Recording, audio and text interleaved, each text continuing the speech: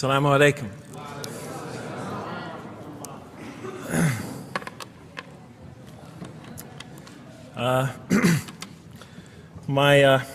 I've come from the University of Kansas. We're playing in the Final Four this very instant.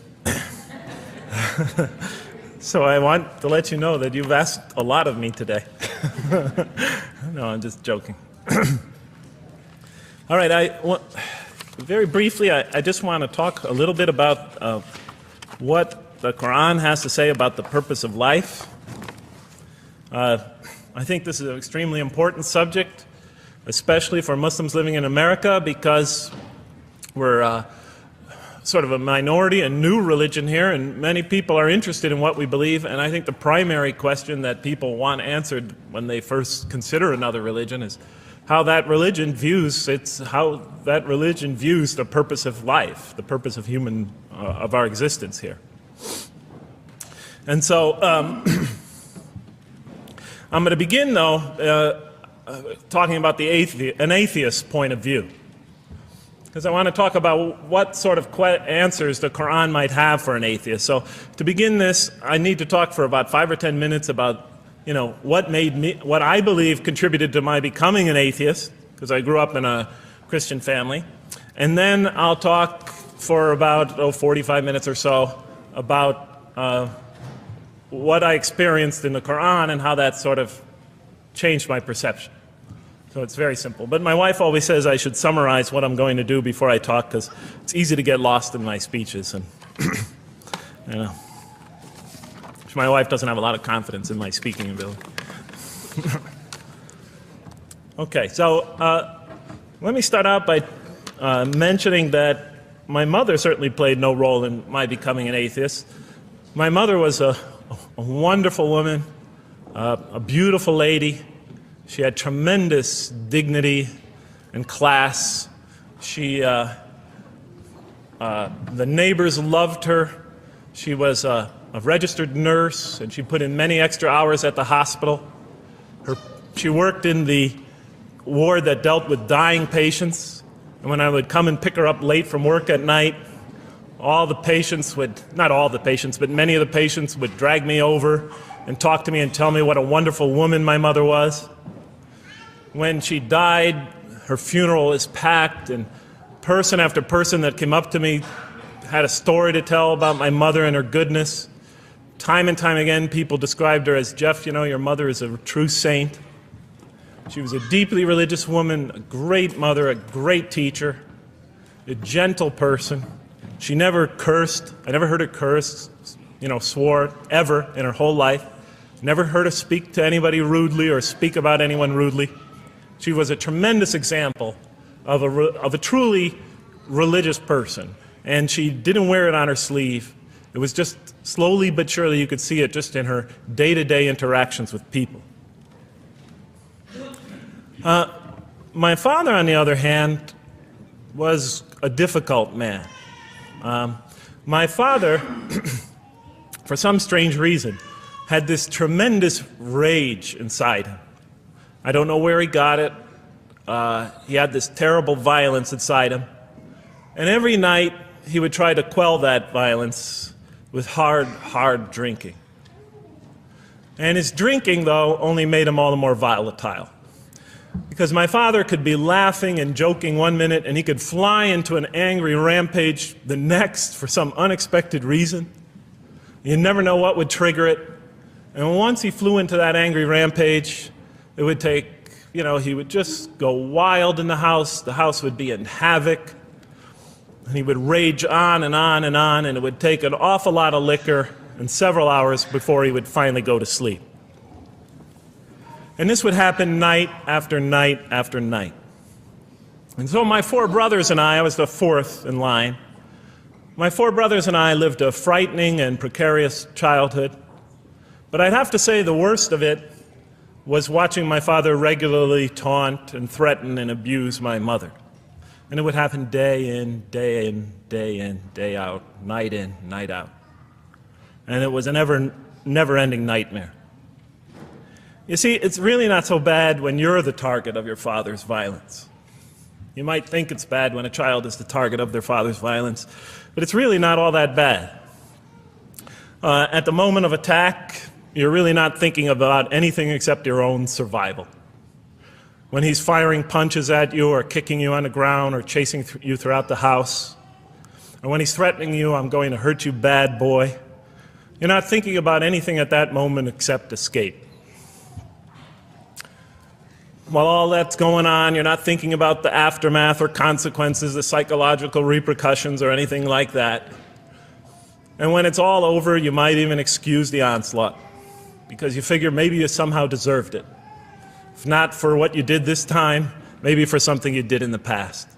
You could always put the blame on yourself. But a far worse fear is the terror that overcomes you when you watch your father go after your mother. Because she's the only source of warmth and kindness, of love and protection that you know. And if he were to take that away, from a little boy's standpoint, then you've lost everything.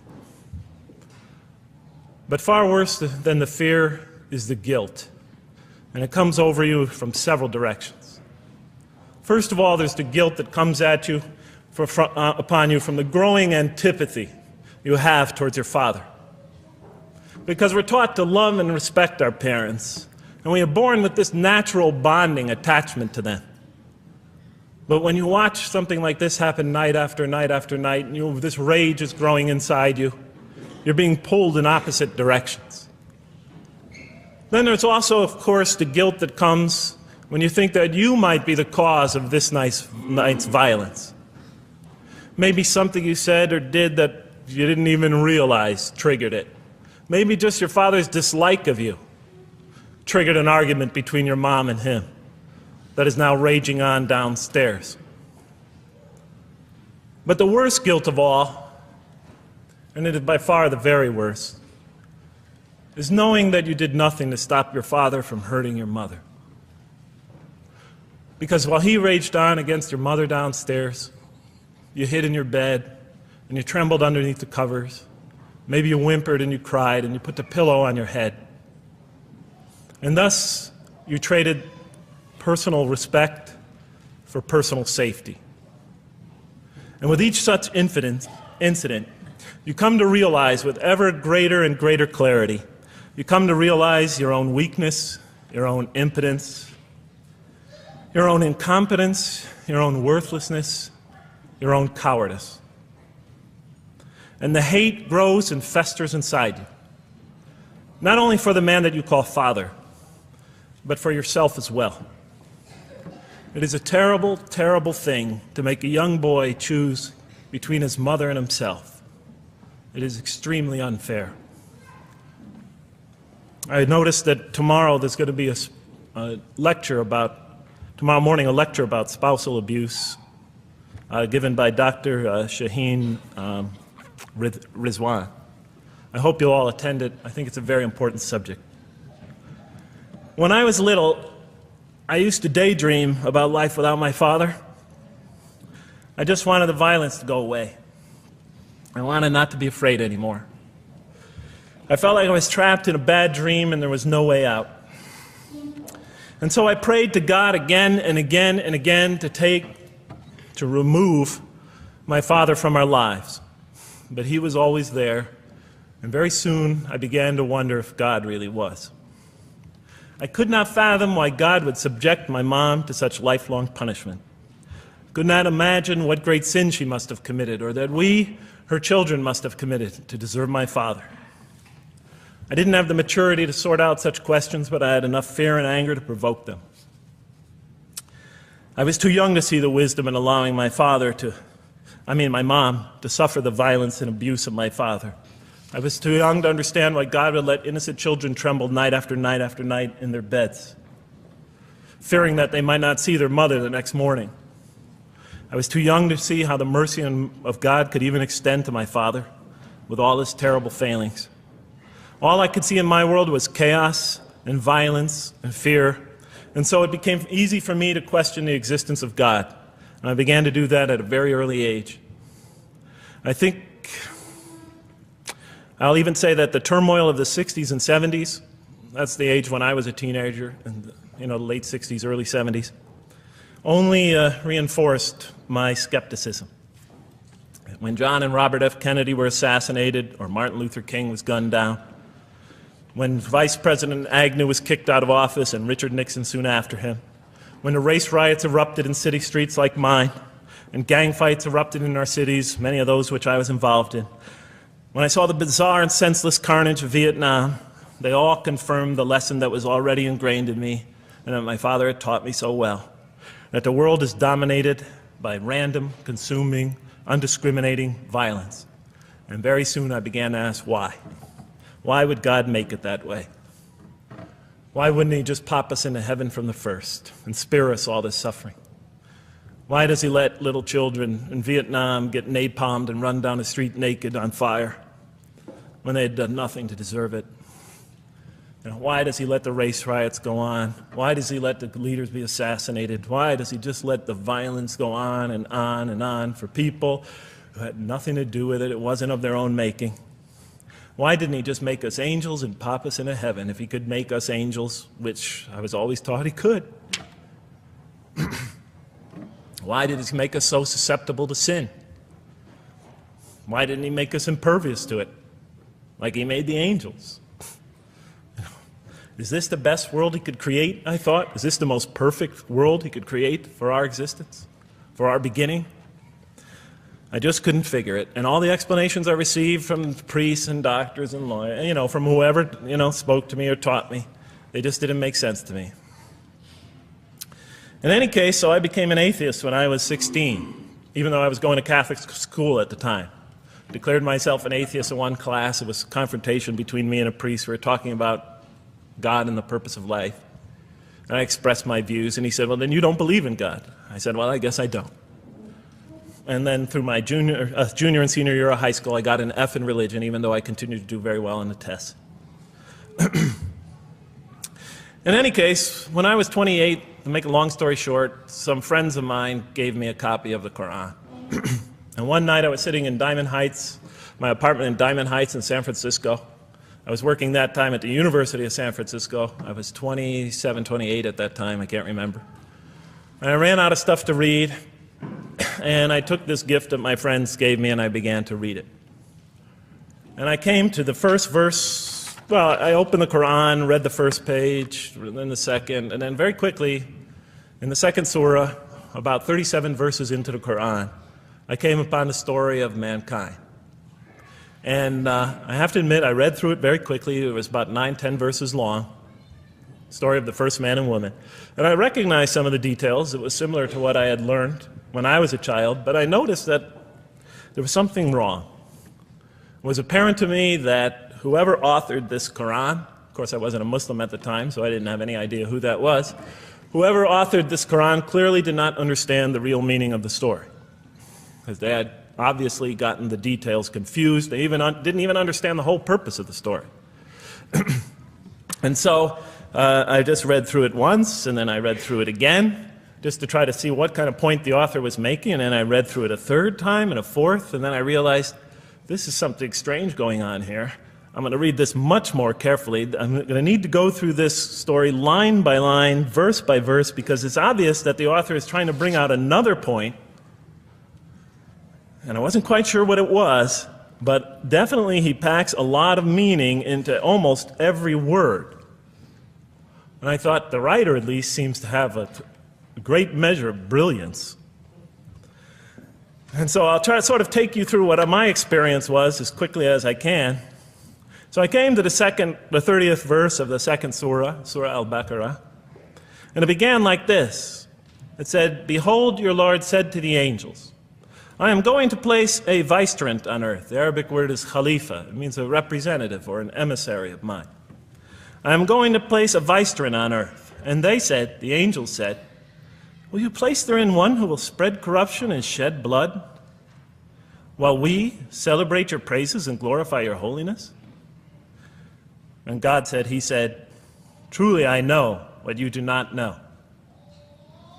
See, that's the verse that hooked me. That's the verse that caught my attention. That's the one that kept on making me read the story again and again and again. Because listen to the way it begins. Behold, your Lord said to the angels, I am going to place a representative of mine on earth, a vicegerent of mine, an emissary, one who acts on my behalf. I thought, that's not the way it goes. You're not supposed to be placing man on earth in some positive role, some elective office. You place man on earth as a punishment for his sin. Clearly, I knew the author didn't quite get the point. But still, it was an amazing line. But then I come to the next line, and it says, and the angels say, will you place therein one who will spread corruption and shed blood, while we celebrate your praises and glorify you? I looked at it again. I couldn't believe the question. They said, will you place therein one who will spread corruption and shed blood, while we, the angels, celebrate your praises and glorify you? I looked at that and I said, exactly. That would be my question. Why would you create this being, supposedly for some positive role, when he's capable of doing tremendous wrongdoing? When he could spread corruption and shed much blood? Why would you create this violent and pernicious creature when you could create angels? As the angels clearly say, while we, the angels, celebrate your praises and glorify you. They're asking one of the most fundamental questions in the entire history of religion. Why create you, man, this utterly fallible creature, this creature who could rebel against God's will, who could do such tremendous wrongdoing, who could wreak havoc like no other creature on earth, when you can make them angels? And look where the question is being asked. It's being asked in heaven. It's almost like saying, look, why don't you just make them angels and be up here in heaven with us, you know? Why don't you just make them angels, pop them into heaven, he's fine. Why would you put him on earth where he could feel distant from you, where he can work out his worst criminal tendencies, act them out, feeling somehow independent and apart from you and free to do whatever he wants, when you could just make them angels and put them into heaven and make them perfectly submissive to your will? I looked at that question and said, that's my question. I'm not even a single verse into the story of mankind, and there before me I see my question. That whole question, everything that I ever thought, everything that I ever experienced, everything that I ever knew was in that question. It was as if the author took my life and wanted to pick out exactly the right question to humiliate me, to provoke me, to anger me. Why create man, this most destructive and violent creature, when you could make them angels? And then look at the answer. And he said, God said, truly I know what you do not know. You know, in modern parlance, we would say, I know exactly what I'm doing. I read that and said, what?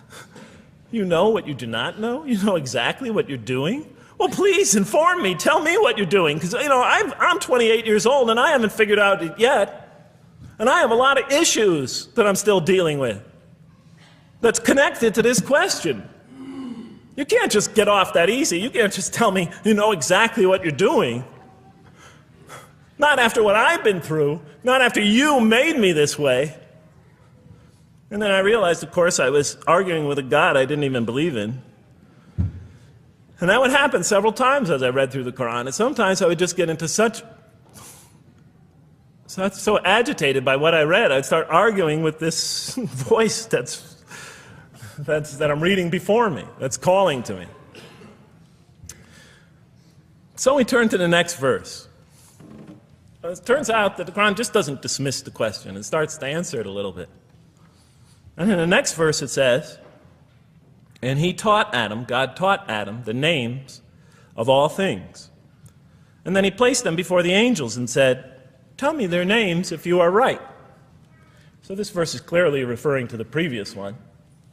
But notice what it says. Now, from my own background, I remember Adam naming things, but it wasn't connected to any answer to any philosophical question.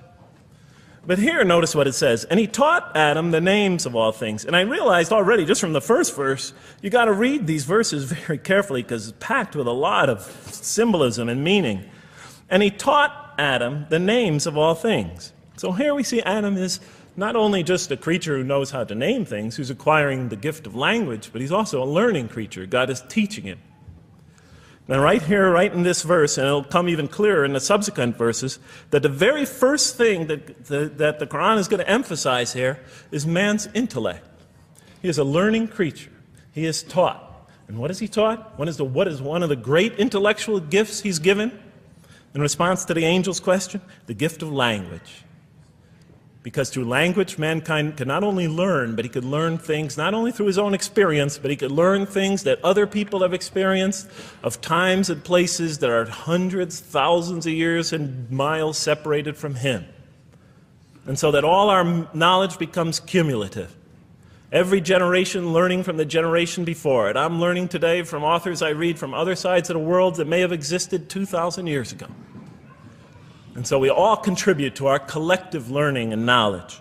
And so what I'll see later in the Quran, when the Quran will emphasize this again and again and again. Like in one verse it says, read in the name of your Lord who created. Created a man out of a tiny creature that clings.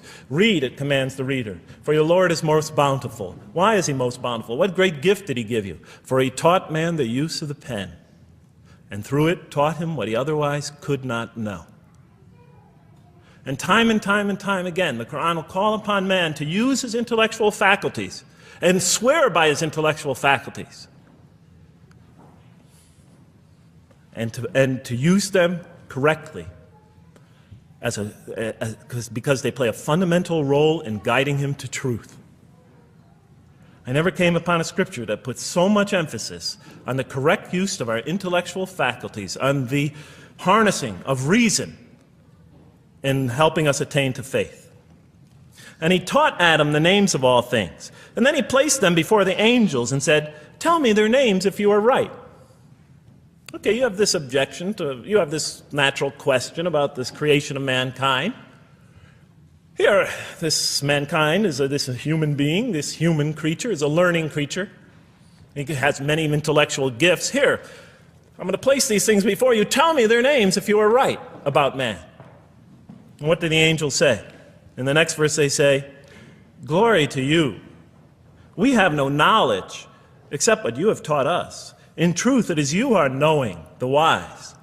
They say this task, this intellectual test that's put before them is beyond their grasp. Notice what they emphasize. We have no knowledge. This would take knowledge. This would take an intellect that they don't possess. In truth, it is you who are knowing, the wise. You got it. It's easy for you. You're the knowing, the wise. You have knowledge. You have wisdom.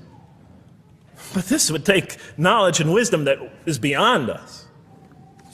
And so in the next verse we read, and he said, "O Adam, tell them their names."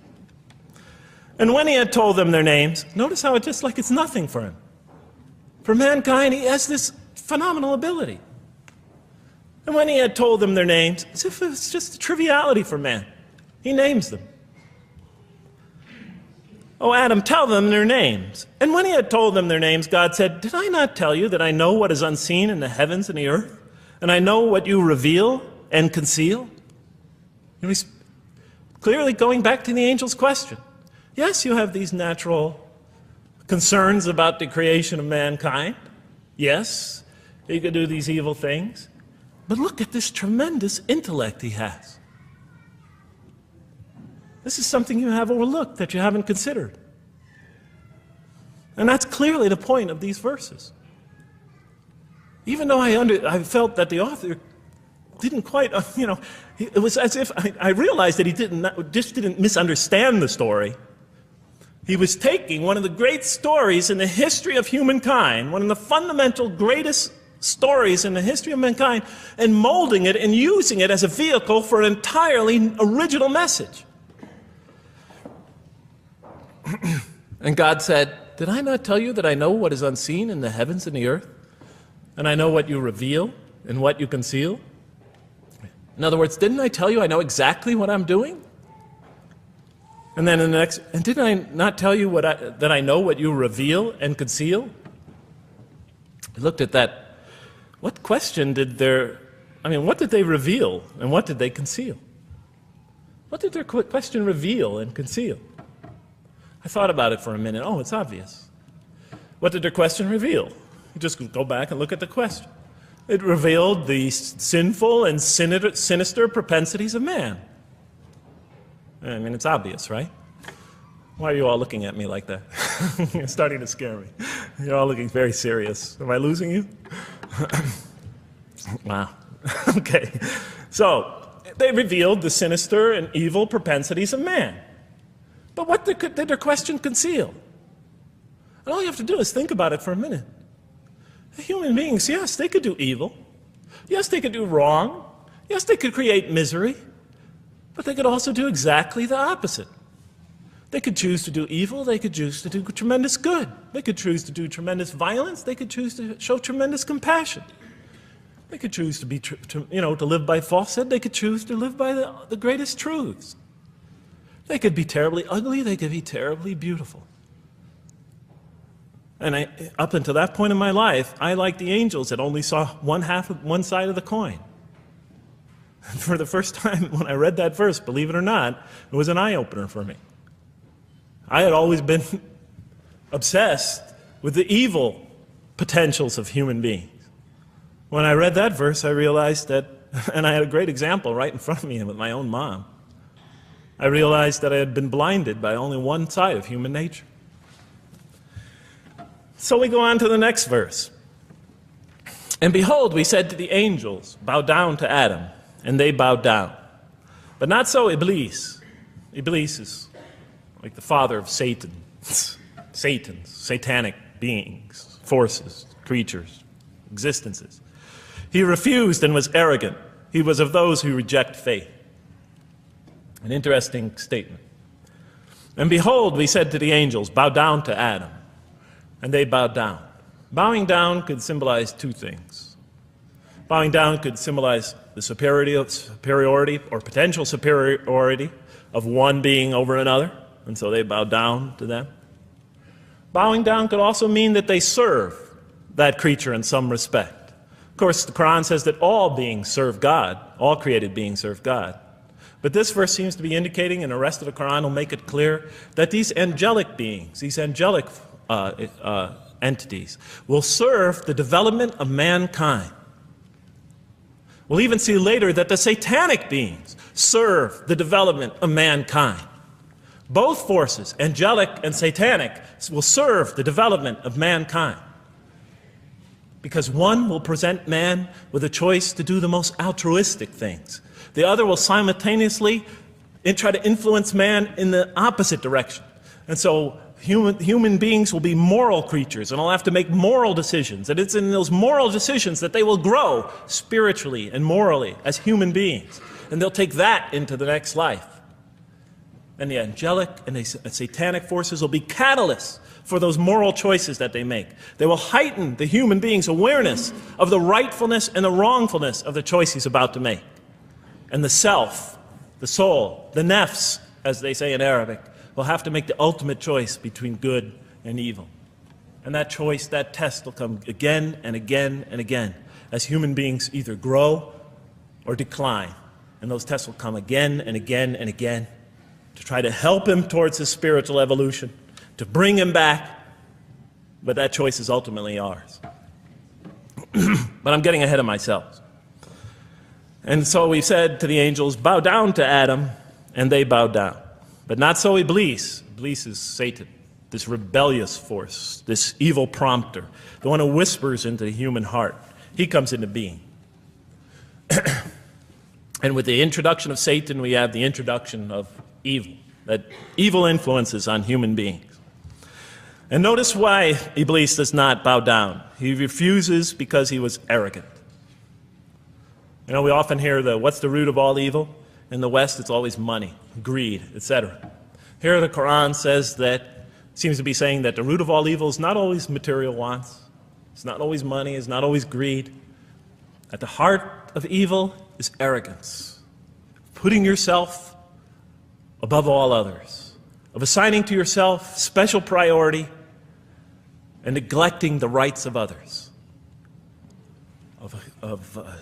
Of pride and arrogance and envy, the source of evil.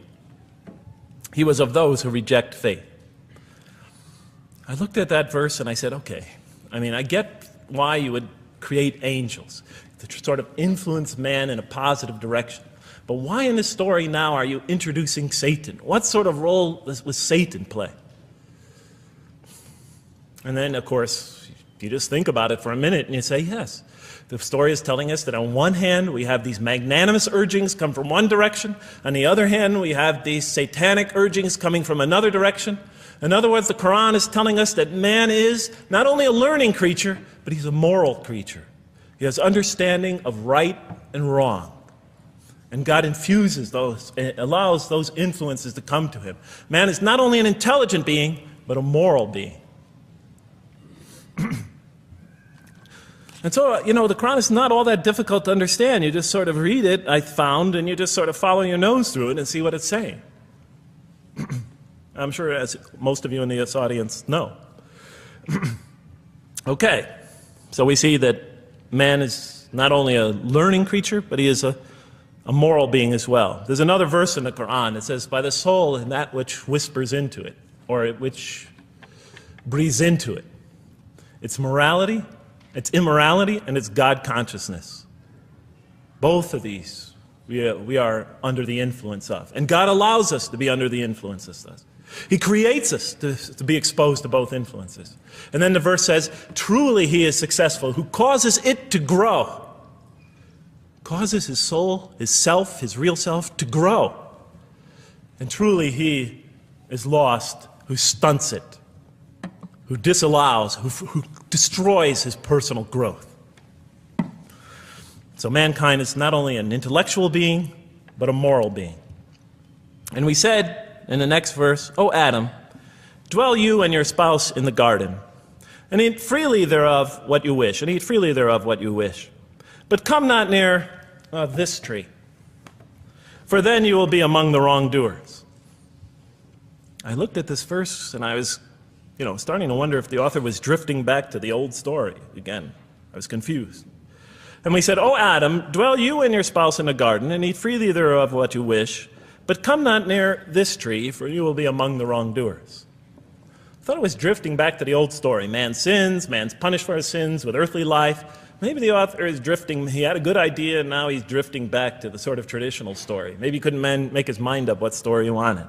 Except for a couple things about this verse, and this happened with almost every verse as I read through it, is that the whole tenor of the passage is sort of not what you would expect. I noticed that the Quran in this story has a tremendous penchant for understating things. Because it says,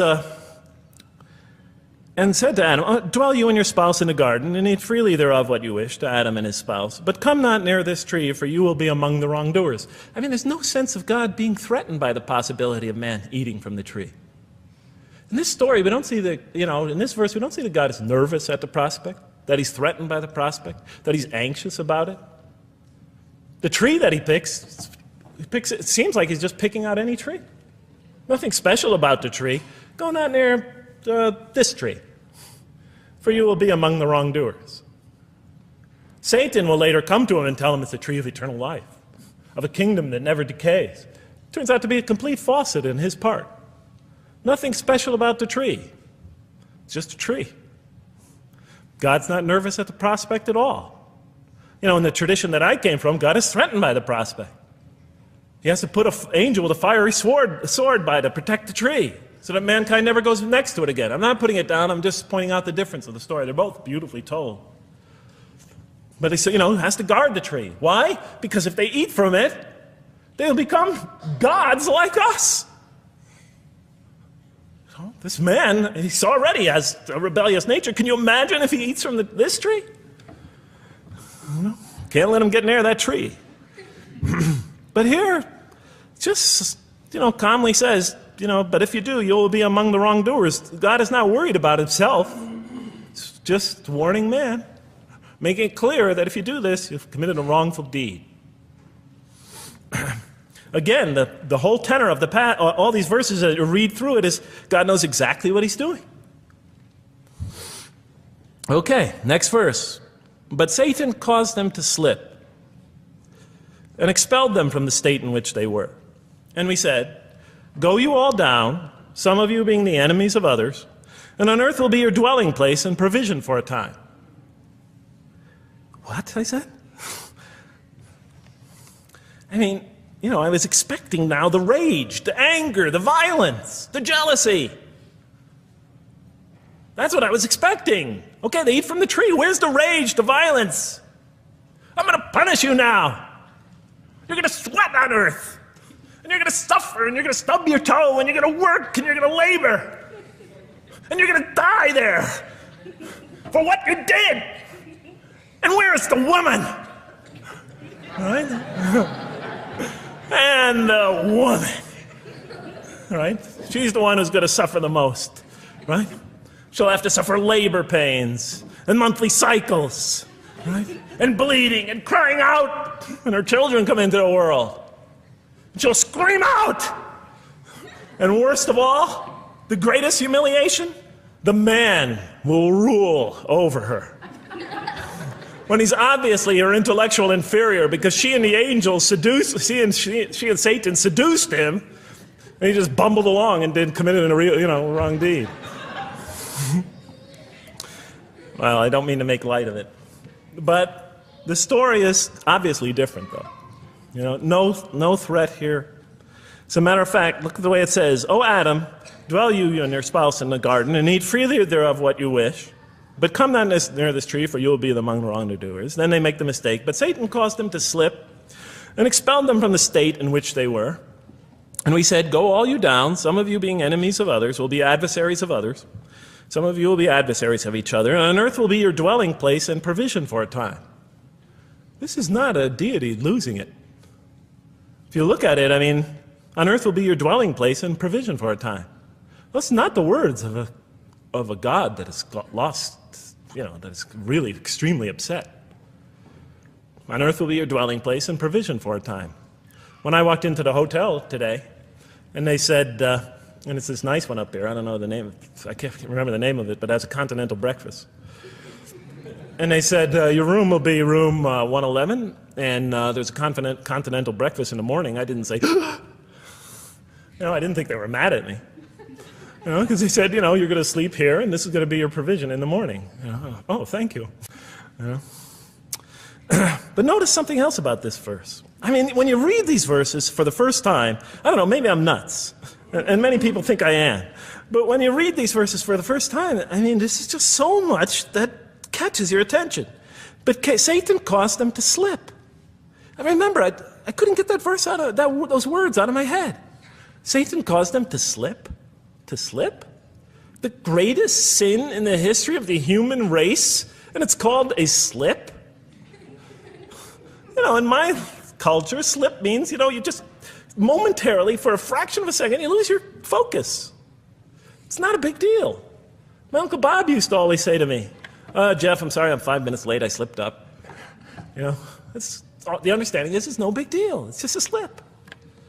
That's what we say when we make a minor mistake. I slipped up. Don't worry about it. Never happen again. A slip, I said? Momentary loss of focus? The greatest sin in the history of humanity? Why we're all here? Why we're all suffering? Why we experience death? A slip? I didn't believe it. I went to my Arabian friends at that time. I didn't know any Arabic. They came to this verse. We went through it line by line. I said, now don't change any words. Just read them one at a time. But Satan made them, and I said, okay, this one right here. What does it mean? Tell me what that means. They looked at it, it says, slip. Slip. And expelled them from the state in which they were. A slip, I thought? But then maybe I was trying to force the traditional understanding, the traditional interpretation. Maybe it was just a slip. After all, they didn't commit murder. They didn't commit robbery, rape, pillaging, assault. They ate a couple of pieces of fruit. It's not the greatest sin in the history of humanity by any means. And then the next verse says, and then they were expelled from the state in which they were. Well, what state were they? Let's see now. Let's go back from where we started. First, mankind is being taught. We see he's an intellectual being. Then we show he's a moral being. Moral being means he's a being that's going to have to make choices. And then God gives him this choice. It's not a huge deal. It's not the gravest sin in the history of humanity by any means. It's minor by any standards. They make it, though. We see that God originally intended to put man on earth as his vicegerent. We see a period of preparation where he's being prepared intellectually, where he's growing as a moral creature. When does God finally put him on earth? What signals that he's ready to begin? He makes his first independent choice.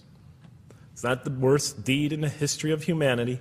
It's minor on anybody's scale, but it shows that mankind is ready to act on his own, to be his own, to make his own choices, that God has empowered him to make choices, and he's ready to make them and carry them out, and see them most often to their expected ends, if God wills. And that seems to be the only real significance of it. But I thought, maybe I'm getting this wrong. Maybe God just blows off into an angry rampage the next verse. So I look at the next one and it says, and then Adam received words from his Lord. And God turned to him mercifully, for he's oft returning, ever merciful. Well, if I had any doubts up till now that God is not enraged by what this has happened, that God hasn't prepared mankind for this choice, for what was eventually going to happen, that all this was preparation for mankind to begin his earthly sojourn in this famous allegory. If I had any doubts before now, I had them, certainly didn't have them after reading this verse. This verse is entirely consoling, reaching and merciful, reaching out to mankind in mercy. Mankind goes to earth. He's obviously afraid. He obviously feels remorse. He's in an unfamiliar environment. And what does God do? He turns to him. He turns to him. In Arabic, the word has the meaning of like a father turning towards an infant or a child or somebody, or a parent, a mother turning towards her child. And he turns to him mercifully, and for God is oft returning, ever merciful. And Adam receives words from his Lord. What kind of words? Probably words of consolation, words of hope, words tell him not to be scared. And in the next verse, we see those are exactly the type of words that Adam receives. He says, go down, Adam and his spouse. Go down from this state, all of you together. Repeating that again, just so that we know that this is not a punishment here. Go down from this state, all of you together, and truly there will come to you guidance from me. And whoever follows my guidance has nothing to fear, nor shall they grieve. It is an emotional picture. This young couple, is here, in fear, and in shame, feeling remorse, and God reaches out to them and turns towards them and tells them, you have nothing to fear, nor shall you grieve. I know this is tough for you, but you've been prepared for it up till now, through your entire existence. It had to happen. This is a necessary stage in your development, in your growth, but just hang in there, follow my guidance, be true to me and I'll be true to you. I'll guide you, I'll help you, I'll do whatever you need. Just follow my guidance and you have nothing to fear, nor shall you grieve. Okay. So I was impressed. I thought this author, whom I didn't know, I thought was extremely brilliant. Because the story is entirely coherent, but it's bringing out entirely new meaning. And it's stressing some things in the human equation that I would never have normally thought of. Actually, I thought these sort of things argued against the existence of God. Here, the author was using them to say, look at these. These play a fundamental role in the purpose of life. What? Intellect. Human beings have intellect. Right. In response to the angel's question, they are moral creatures, and they are subjected to evil and angelic promptings. And they have to choose between them again and again and again throughout their existence. And their growth, which the Quran talks about frequently, is going to depend on that. We're here to grow, as we will see. But it emphasizes choice. Human beings are creatures of choice. It also emphasizes suffering. Suffering. Hey, that's pretty nice writing. It also emphasizes suffering. Human beings are going to suffer here on earth. That's the first thing that the story mentions. Spread corruption and shed blood? Havoc, suffering, pain? Yes, these three things play a central role somehow, the story is saying, in our development on earth, in our very purpose of our development. These are the three things we've always had the most trouble grappling with, all theologies have.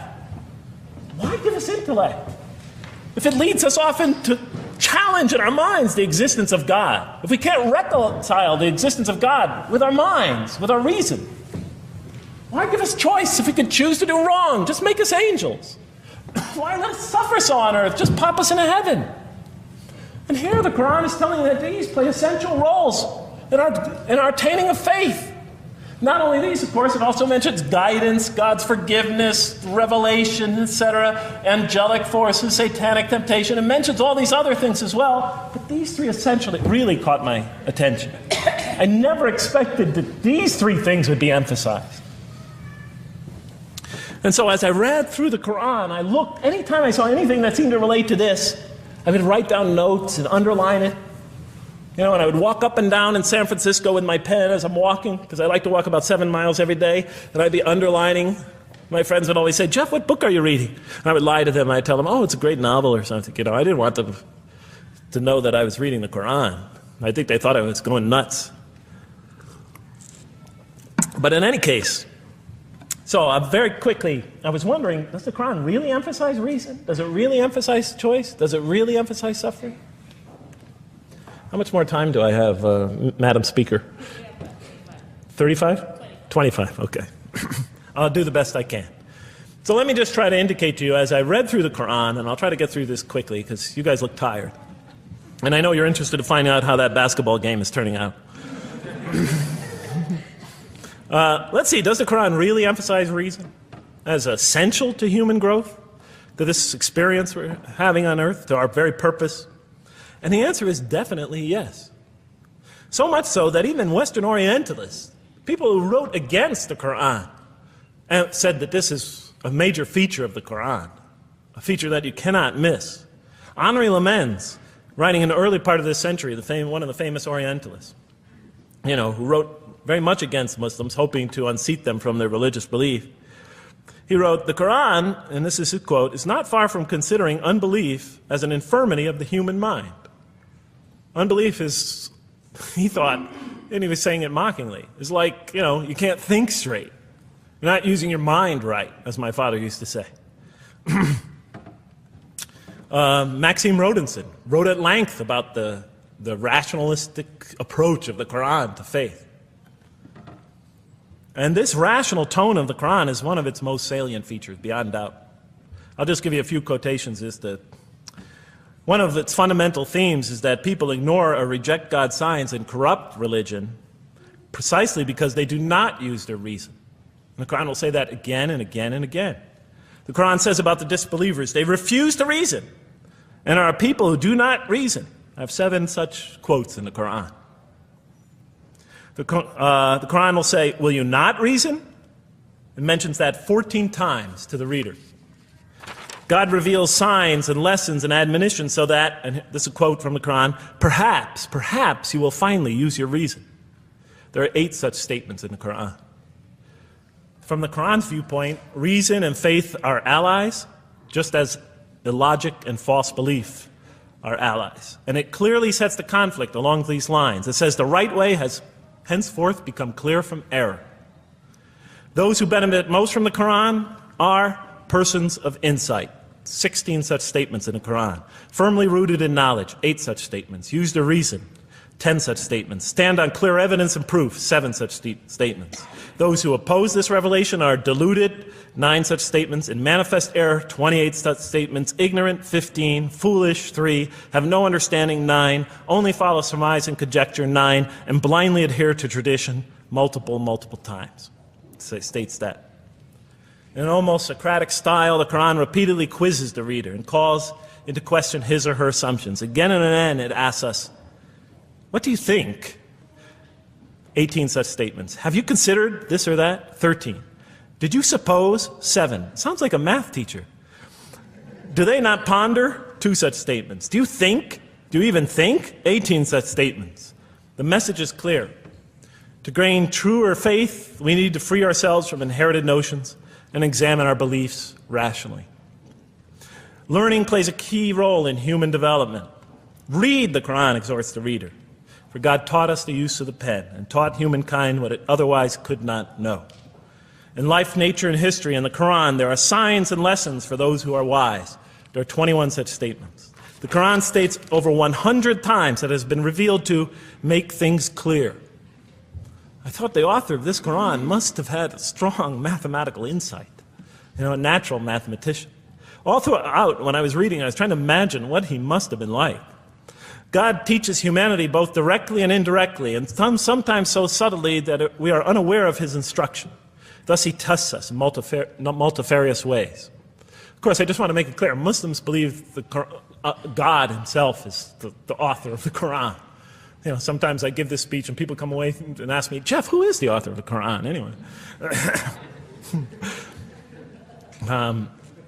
But I didn't know. So I was just trying to figure it out. Repetition is indicative of the importance given to certain ideas. It should be observed that the Arabic word for knowledge in the Quran, ilm, appears 854 times in the text in its various forms. It's one of the most frequently occurring words. So the Quran really does put great emphasis on reason in our spiritual quest. Does it put great emphasis on choice? Well, here's what it has to say. Let there be no compulsion in religion. The right way is henceforth clear from error.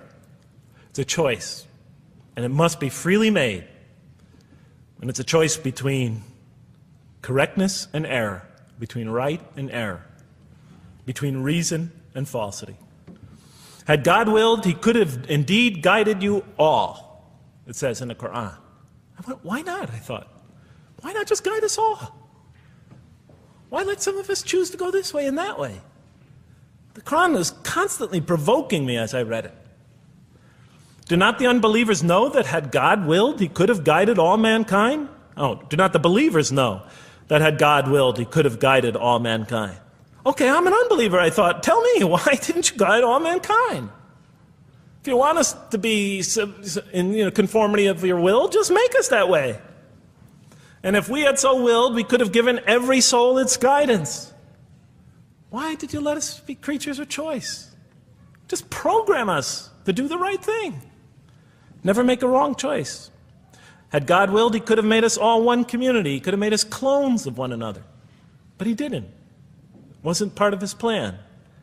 Enlightenment has come from your Lord. He who sees does so to his own good. He who is blind is so to his own hurt. It's your choice. It says it again and again in the Quran. Remember when I was reading this, I was a disbeliever. And this scripture is constantly reminding me, it's your choice, Jeff.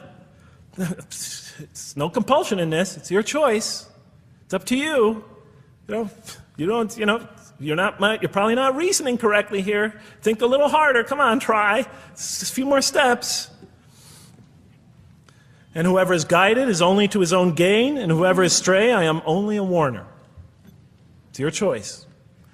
We have revealed to you the book with the truth for mankind. He who lets himself be guided does so for his own good. He who goes astray, it's to his own hurt. It's his choice. There are many, many such references. I'll stop there. But you get the point. The Quran clearly emphasizes that choice plays a key role in our development. But what about suffering? Suffering's the biggie, right? That's the real major question. What does the Quran have to say about suffering? Because every religion deals with suffering in a different way. It's either something you have to be saved from, and so some religions stress salvation, or it's something that you have to sort of transcend through meditation and training, so you can sort of not feel it so much, get above it and beyond it. Some religions see it as primarily punishment. Some see it as, some of the more ancient religions see it as the result of the precarious and whimsical, control of many gods working against each other, playing with human beings. Different religions have dealt with it in different ways. But almost all of them, I would indeed say all of them, have sort of seen it as something not so good. But let's see what the Quran has to say about it. Something to be avoided, to transcended, to be saved from. The Quran says just the opposite. You are going to experience it.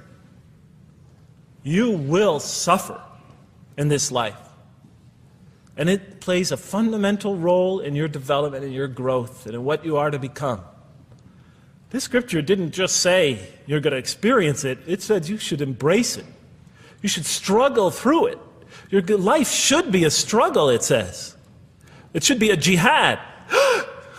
Yeah, right? But that's what it says. Jihad means struggle. When the Quran most says jihad, it's very seldom, it's most often not in the context of fighting. Qital is the Arabic word for fighting. But it says even in the Mecca verses, long before Muslims had to defend themselves against their oppressors, it mentions that you have to struggle in the path of God. With the Quran, it even says. Struggle in the path of God with this Quran. Life is a struggle. It says in one verse, most assuredly we will try you with something of danger and hunger and the loss of worldly goods, with the loss of your lives and the fruits of your labor. Most assuredly we will try you. It's not just talking about evil people, good people. But give the good news, the glad tidings. Be happy for those who are patient in adversity and suffering. Good news, I thought? Doesn't the author understand the terrible effects of suffering? Give the good news to those who are patient through adversity, who when calamity befalls them say, truly unto God we belong and truly unto him we shall return. In other words, that this could benefit them. It was a remarkable statement. Here's another one. Do you think that you can enter paradise without having the like of those who passed away before you? And the next verses start to explain these people were good people who suffered terribly. Do you think that you can enter paradise without going through the same? Why, I thought? Why do we have to suffer in life? Misfortune and hardship befell them, and so shaken were they that the apostle and the believers with him would exclaim, when will God's help come? These are good people. When will God's help come? Oh, truly, God's help is always near. You will certainly be tried in your possessions and yourselves, the Quran tells the reader. You're going to face hardship. It's guaranteed. Every soul must taste of death, and we try you with calamity and prosperity, both as a means of trial. And to us you are returned. You are going to have hardship here. There is going to be no heaven on earth. This environment is made to be an environment of adversity. It is made to be an environment where you have to work, where you have to struggle, where you have to strive.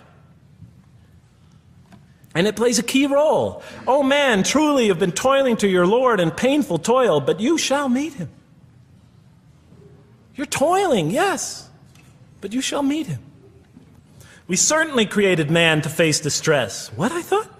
We certainly have created man to face distress. You made us to face distress?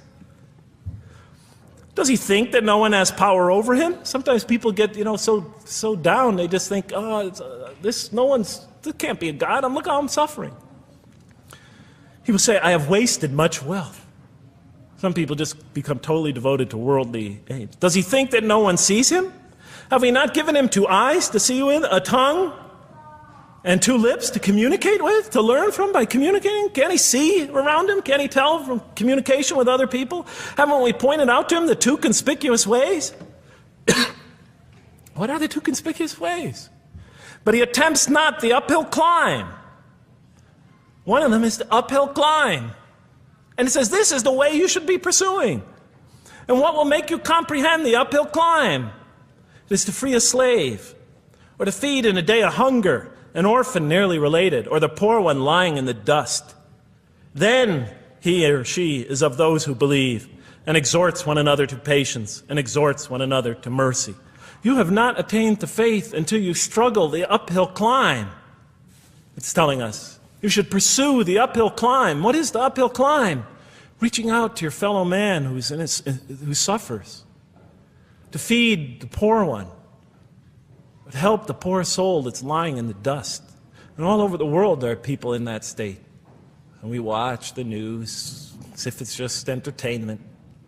And the Quran tells us this is something you should involve yourself in. That is the road that you should travel. It describes a successful life as an uphill climb. Well, I can see I'm running out of time, so I'm going to have to tie this up in about 15 minutes, I guess. But definitely the Quran emphasizes these three elements in the human drama. But as I read through it, I couldn't see how it all fit together. I mean, why didn't God just... Why? Why do we have to experience these? What purpose do they play? Just pop us in the head, beam us up, I thought.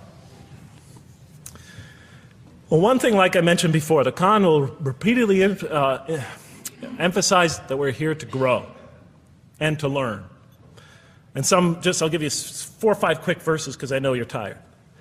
It says, Our Lord, and raise up in their midst a messenger from among them, who shall recite unto them your signs, and that shall teach them the book and the wisdom, and who shall cause them to grow.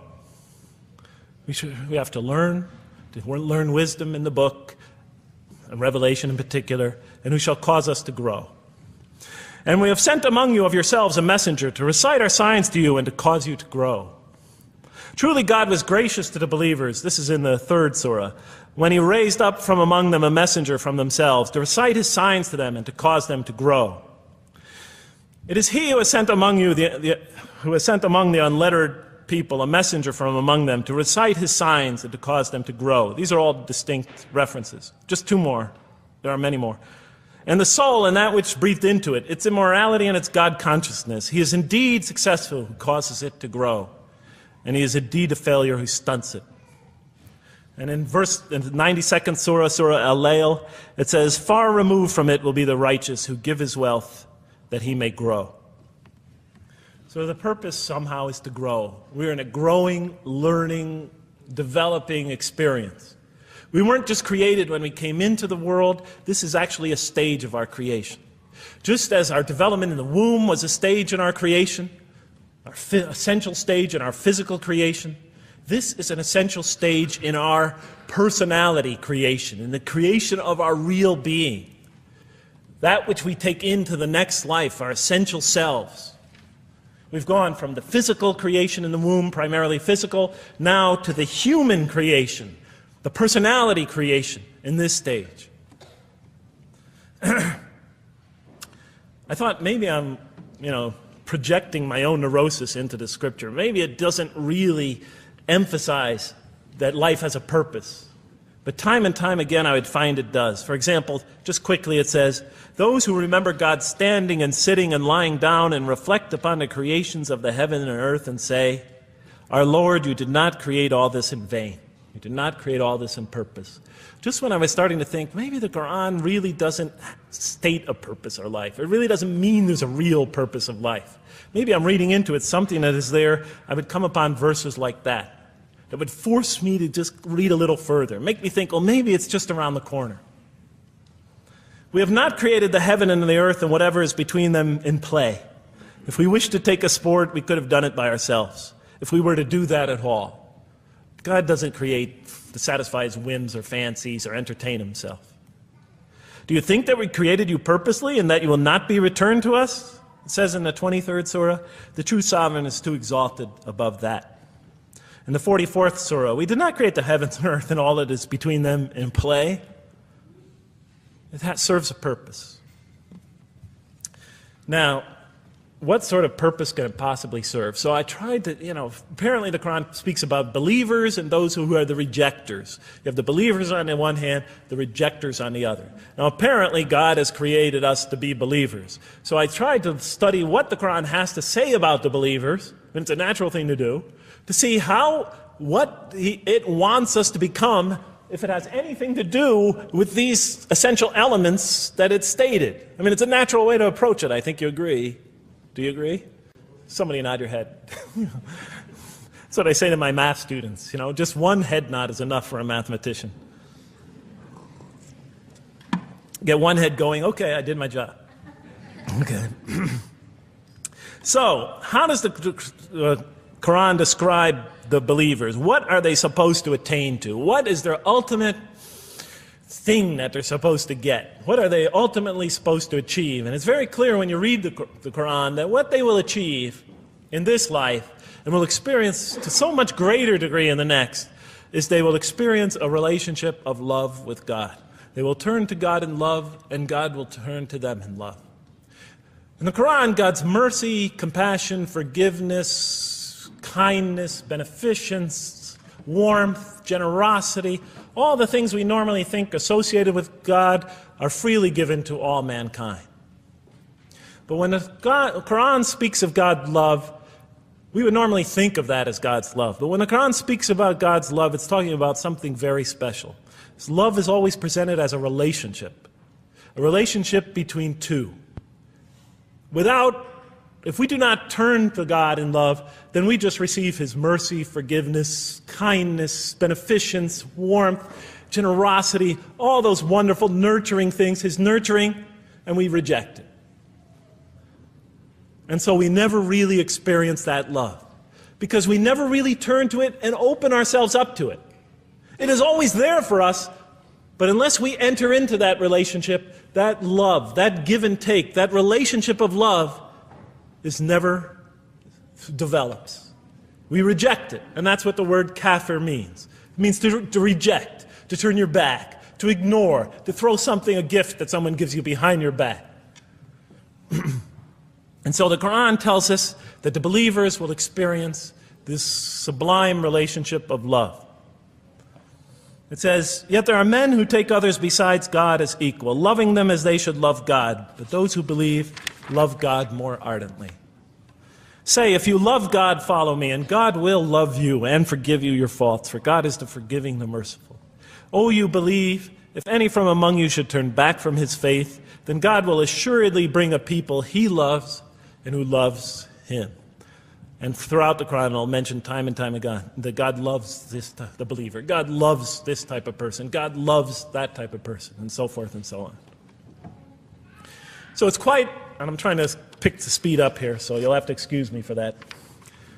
But it is apparent from the Quran that one of the purposes of creation, maybe the essential purpose of the creation, is to produce from this subset of humanity that will freely enter a relationship of love with God. They will not only experience the beauty of other relationships in their lives, but this love that they will experience with God is the sublime experience that they will enjoy. Not only in this life, but infinitely greater in the next, when all the distractions, all the masks are stripped away. Okay, I thought, you created us to love you, for us to turn to you in love and to experience your love, to receive and experience your love. But why do you need these? Just pop us into heaven, love us, and make us love you. Program us to love you. You'll make my dog love me. Do the same sort of thing. I kept on coming back to the same issue. Just do it. Okay. Still couldn't see it, and I was almost through the Quran, and I thought either I'm dumb or this scripture just never really got to it. Okay, so I didn't give up. I thought, okay, what's the next natural thing to do? Okay, so we're here to develop this relationship of love with God. The Quran tells us that, if we are believers and we do good, we'll experience great joy and peace in this life, not only through our relationship with God, but through complementary relationships with all the people around us in this world will be a one for us of peace and serenity, even though we have to struggle and survive and suffer. But I couldn't see, how this all tied in with this suffering business and why He couldn't just put us into heaven. So what's the next natural thing to say? Okay, so we're created to have this relationship of love with God, to enter this relationship, to experience and receive all that He has to offer us. So the natural thing to do is to study the two partners in that relationship. What does the Quran have to say about us, the believer? What does it ask of him and her? What does it require of them? And then what does the Quran tell us about God? And then is there some essential nexus, some essential connection between them, and does it have anything to do with these? Because if the Quran doesn't show that, then the essential link that links all this together, that pieces it all together, is missing. And as I thought to myself, whoever this author is, and by now I knew he had fantastic genius, even though he came from the primitive confines of the most backward, most uncivilized sector of humanity, of people that had no literary history, really, to speak of, no great works of literature, no scriptures that preceded him, even though he came from the desert of culture. Even though this came out of that environment, and the mind behind it had to be tremendously and phenomenally genius to come out of that surrounding and produce something like this. If that essential link was missing, I knew that, he was great, but, and extremely great. But, what do you expect? How could anybody answer those questions? Nobody in the history of humanity has been able to answer them. Okay. So I thought, first I'll see what the Quran has to say about the believers. What does it require of them? Then what it has to say about God, and see if there's some essential link. Are you following me? You're giving me the note. Get off the stage. Okay, I'll do my best. It's a deep subject. We're almost done. Bear with me a few more minutes. I'm sorry, really. I know Siraj Wahhaj, when he gives these sort of speeches, he always says, okay, I'm finishing up now, and then 10 minutes later he says, you thought I was telling you to... I won't say that, but just give me a few more minutes. Bear with me. Okay, quickly. What does the Quran ask of the believers? From the Quran's many exhortations and its descriptions of acts and types of individuals loved by God, it's not difficult to compose a partial list of things that the Quran wants us to do, which it calls good deeds, time and time again. To believe in God, to have faith in God, to have a relationship with God, and to do good. So what does it describe as these good deeds? Well, as I read through the Quran, it says that, can I take this away? Remember, intellect, choice, suffering. It says we should show compassion. Show compassion. We should be merciful. I have the references here, but just excuse me, I'm not going to list them all. We're running out of time. We should be forgiving. Forgive others. We should be just. We should protect the weak and defend the oppressed. Defend the oppressed. We should seek knowledge and wisdom. Knowledge, wisdom. Bear with me, ladies and gentlemen. We should be generous, truthful, and we should be peaceful. And we should love our fellow man. Love others. I'll just give you one verse because I know we're running out of time, Madam Speaker. Truly those who believe and do good will the most merciful endow with love. And to this end we have made this scripture easy to understand in your own tongue, so that you might convey a glad tiding to the God-conscious and warn those given to contention. So, to this end we have made this easy to understand, so that we'll learn to love others. Okay, that's all I'll say about that. I would like to say a lot more, but I don't have time. Now, what does the Quran tell us about God? You have to realize I'm just about through with the Quran here, my first time reading it. And now I was really caught. I searched my head. What does the Quran tell us about God? It tells us nothing could be compared to him. That he's outside anything that we may compare to. That our definitions do not encompass him. That our reason cannot comprehend him. That he is transcendent and we are finite. That he is immortal. He transcends time and space and we are bound by it. That he is immortal, we are mortal. He is uncorporeal, we are corporeal. That we have no way of comparing ourselves to him. Nothing could be compared to him. I thought, oh my God, I'm so close and yet so far. Because I'll never understand the essential link between us and God and why these three things fit into place. Because the Quran tells us that we could never really quite understand God. Or at least that's the way I thought. And so I put down the Quran when I had finished it. And much to my dismay, I was honestly disappointed because I thought The author made a brilliant, brilliant, brilliant, brilliant try, but he never quite made it. And so I was sitting in front of, about 3-4 weeks later, I was sitting in Diamond Heights in my apartment watching a football game, I think it was. And you know, sometimes things just slip into your minds when you least expect them, and I'm sitting there watching it, and all of a sudden into my mind came a thought. And I said, wait a minute. The Quran does tell us so much about God. It tells us again and again and again, but somehow I just missed it. Just skimmed over it every single time.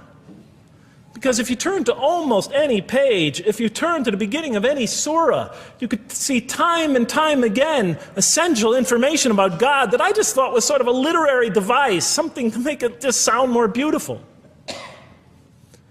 Because if you turn to the beginning of any surah, you'll see the words Bismillahir Rahmanir Rahim, in the name of God, the most merciful, the most compassionate.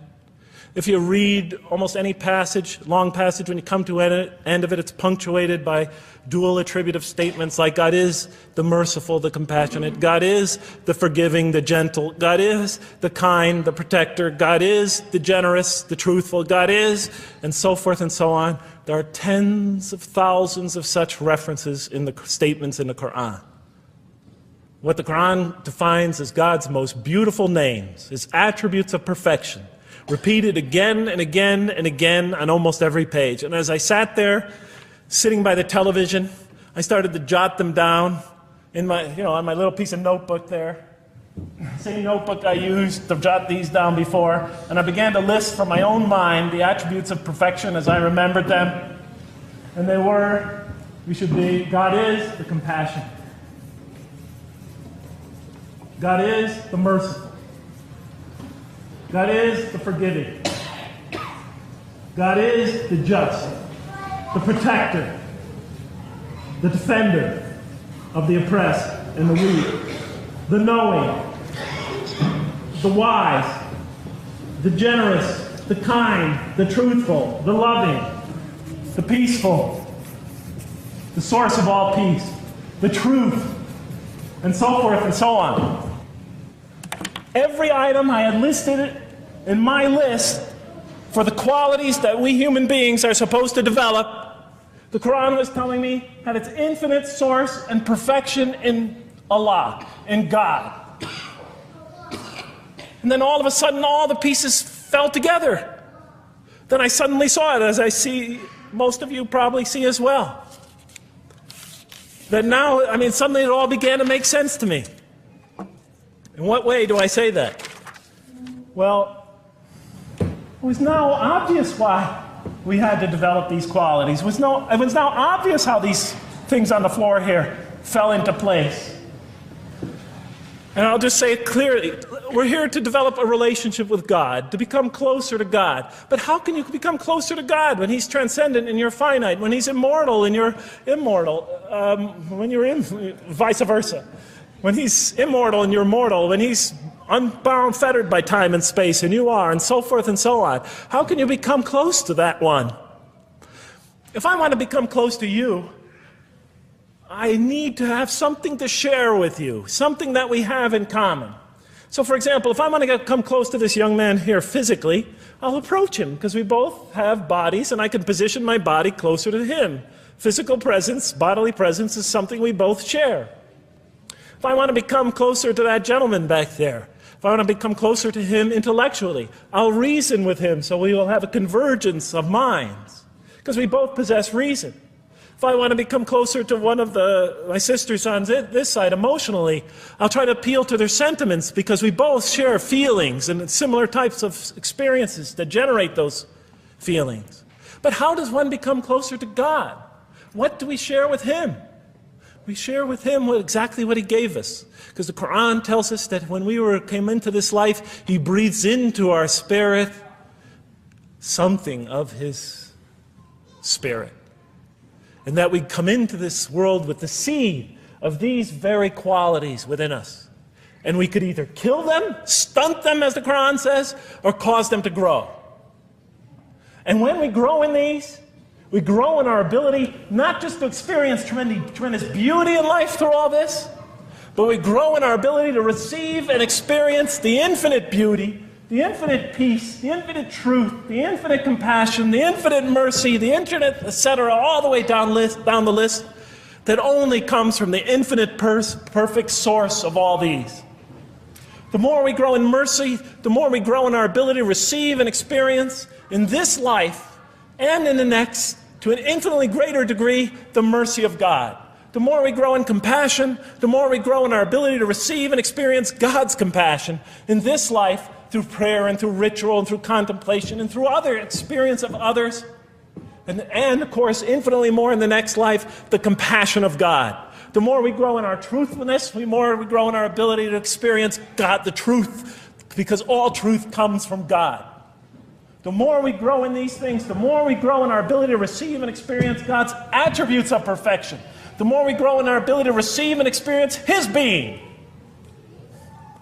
And that sort of nearness we are growing to Him is tied to our essential nature and to His. It's more than just physical nearness. It's more than just a convergence of ideas. It's more than just a convergence of feelings. It's a convergence of essential beings. It's the closest type of nearness two can feel, two can experience. I'll just give you a quick analogy, because this helped my children. Let's pretend I have a goldfish, a dog, and 3 children. 3 daughters, let's say. And I do have 3 daughters.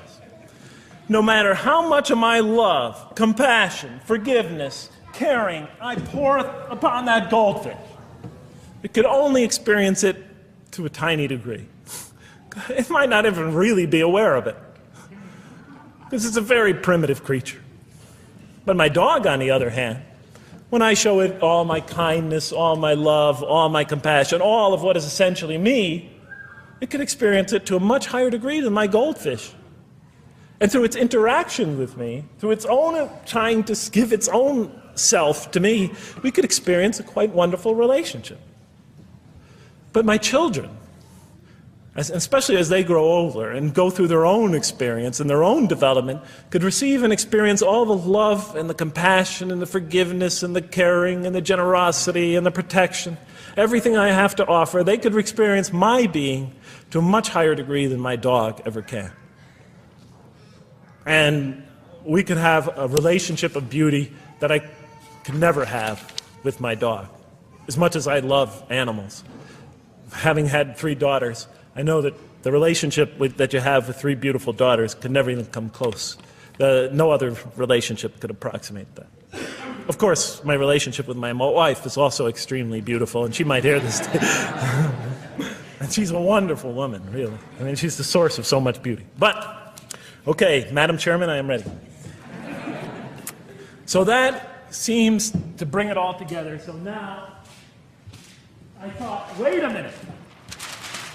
That doesn't explain this. Why the intellect? Why the choice? Why the suffering? I thought, you almost had me, this Quran. You almost duped me. You almost tricked me, seduced me into accepting this philosophy. But wait a minute. What about intellect, choice, suffering? Why do we have to experience these? Why couldn't you just programmed us to be merciful, compassionate, forgiving, etc.? Why do we have to go through all this? And then, of course, the answer came to me as quickly as I thought of it. So we are creatures, and we grow, and we become. And yes, and you could make us anything you want, but you can't contain any of those attributes I listed without these 3 things. In mathematics, we try, 3 premises that go into, proving a theorem. We try to see if we could take one of them away, and if it's essential. And all 3 of these are definitely essential. For example, you could program a computer never to make an incorrect statement, but it doesn't become a truthful computer. Never heard anybody say to me, Jeff, this Macintosh is the most truthful computer I ever saw. If it's programmed, it's not truth. You could program a CAT scan to help the sick, but it doesn't become compassionate. Never heard a doctor say, Jeff, if you want to see a compassionate CAT scan, you come right over here. Right? Because all those things, compassion, forgiveness, truth, caring, love, all are born out of choice, suffering, and reason. In order to do a compassionate deed, when we consider reaching out to someone in compassion, that person, first of all, that's inconceivable without the presence of suffering, an environment where there's suffering. And when we decide to help them or not, we reason in our minds, what is this going to require of me? It's going to require some suffering on my part, some of my giving of myself. And without that mental process, it doesn't become a compassionate deed.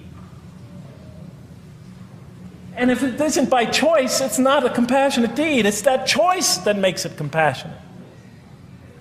Same thing with truth. Truth is a choice between telling the truth or not telling the truth. Oftentimes we tell it when we're at risk to our own personal loss.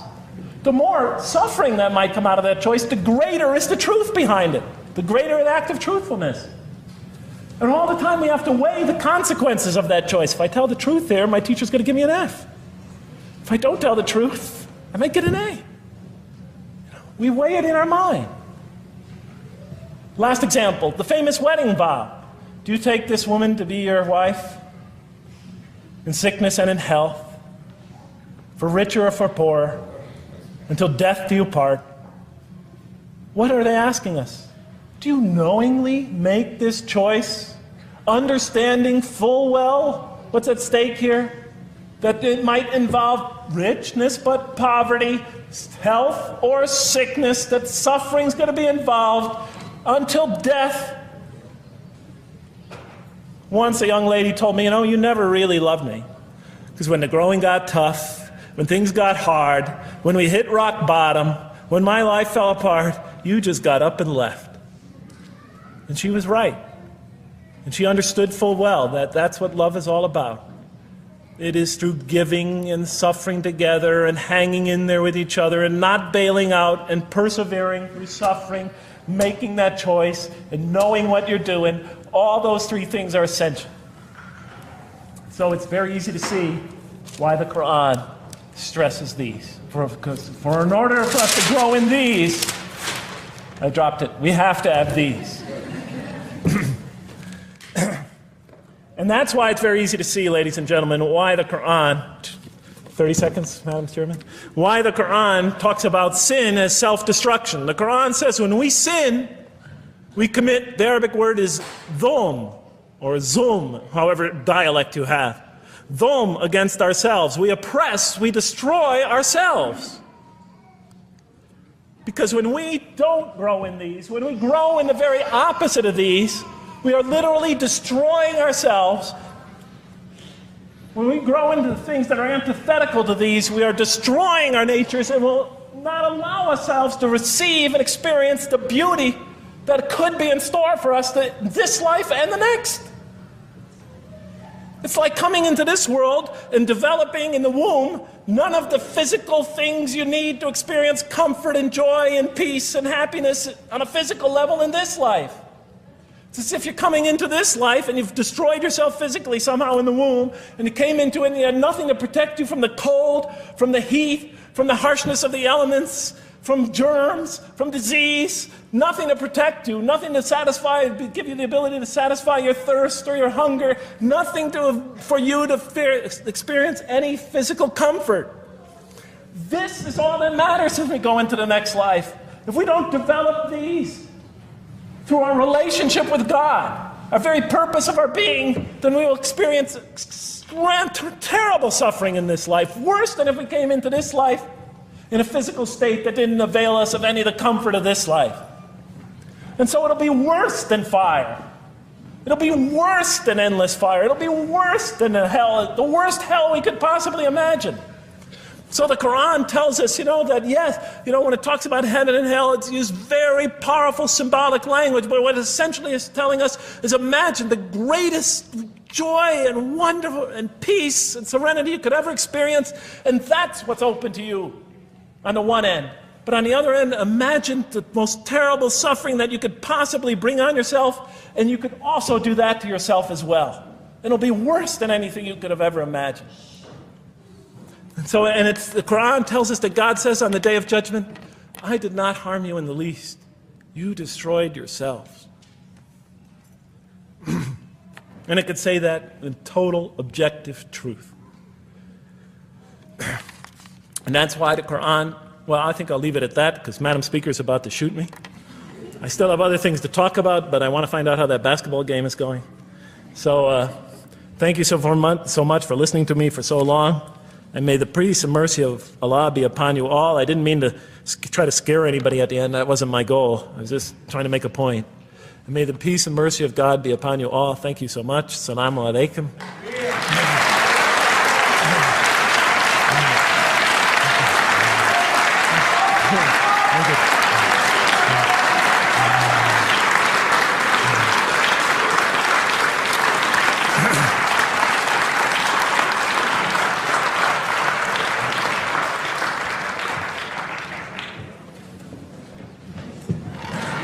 All right, we'd like to thank Dr. Lang for that very heartfelt, very long presentation. I have a few things to say before you all leave, so just be patient with me for a second.